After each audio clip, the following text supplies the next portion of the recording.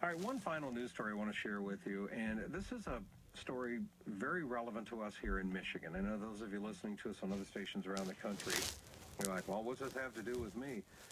Right now, nothing, but you need to know this is the kind of stuff that's going to come to your state pretty soon, and it's come to Michigan here. Yesterday, the Michigan Board of Education went ahead and voted 6-2 to approve this new set of guidelines for all of the schools in the state of Michigan, the public schools. It's this LGBTQ policy.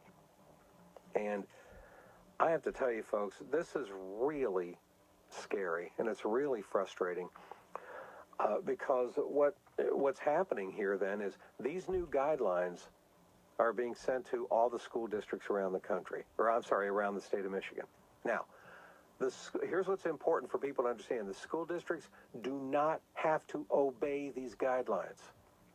Unfortunately, many of them will, because they feel like, well, I better. I don't want to go against the Board of Education. But what I'm telling you is the school districts need to go against the Board of Education. They need to stand against them. And the people and the parents need to put pressure on their school districts to say, you better not be going along with it. You do not legally have to obey these guidelines. That's all they are recommended guidelines. They do not have the force of law. So, folks, I'm telling you, here in Michigan, it's up to the parents to contact your local school board, your local school district, and say, I absolutely do not want you, as a parent, I do not want you to follow these guidelines, right? Here's what they are in essence, folks. It's a strong promotion of the LGBTQ agenda, way more so than they're already doing.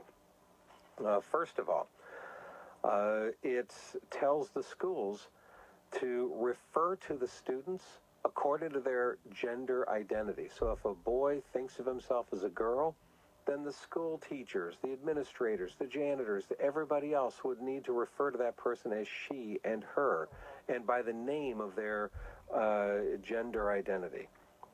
But it's not just that. School records would be changed and altered so that the school records, the rosters, the class, the yearbooks, the school newspapers, newsletters, as well as the official school records would now reflect that if it's a boy and he thinks of himself as a girl, I'm not talking about somebody that's had surgery, no surgery, just a boy who identifies as a girl would have the official records in the school changed to female, and the name changes and everything else. The privacy issues. They did modify the language a little bit as it relates to parental notification, but it's not modified nearly enough. What it says now, in essence, is that if you have a boy who goes to school and he thinks of himself as a girl, and at school he goes by the name Mary and is going in the girls' restroom and girls' locker room and girls' shower and living as a girl, but his mom and dad doesn't know about this yet, that the school, originally the guidelines said you have to keep mom and dad in the dark. Whenever you have conversation with mom and dad, you have to refer to him as John. You can't refer to him as Mary like everybody else at school does, kind of using the lie of omission with the parents. They've modified that now and said that you may do that, but you may not. You treat it on a case-by-case basis. So the implication there is try to keep it secret from the parents, but we're not going to make that language as strong as it was before. But it's still suggesting that maybe you keep it secret from the parents. Any female activities that boys want to participate in, they can do that. Restrooms, boys can go into the girls' restrooms and vice versa. Locker rooms, changing facilities, showers, the very same thing. If you have a boy who thinks that he's a girl, or even claims that he thinks that he's a girl, he can go into the girls' shower, girls' locker room, play on the girls' team, and there's nothing you can do about it.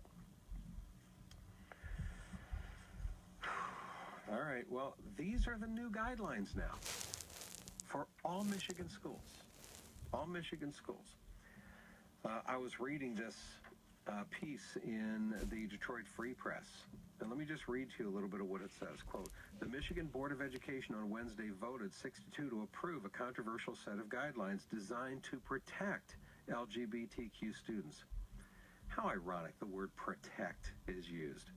No, it's the girls in the girls' shower that need to be protected from a boy coming in. Not a boy who thinks he's a girl being, quote, protected by being allowed to go into the girls' shower. Anyway, the story says, members of the state board heard from proponents who said the guidelines would save lives and protect students from bullying. The guidelines don't have the force of law. The broad policy, first introduced in March and revised last month, includes guidelines on things such as allowing students to use restrooms based on their gender identity. Educators would also be urged to allow students to be referred to by the name and gender of their preference while at school. The revised guidelines make it clear that parent involvement is important, but that the responsibility of involving parents must be balanced with the, quote, safety of the children.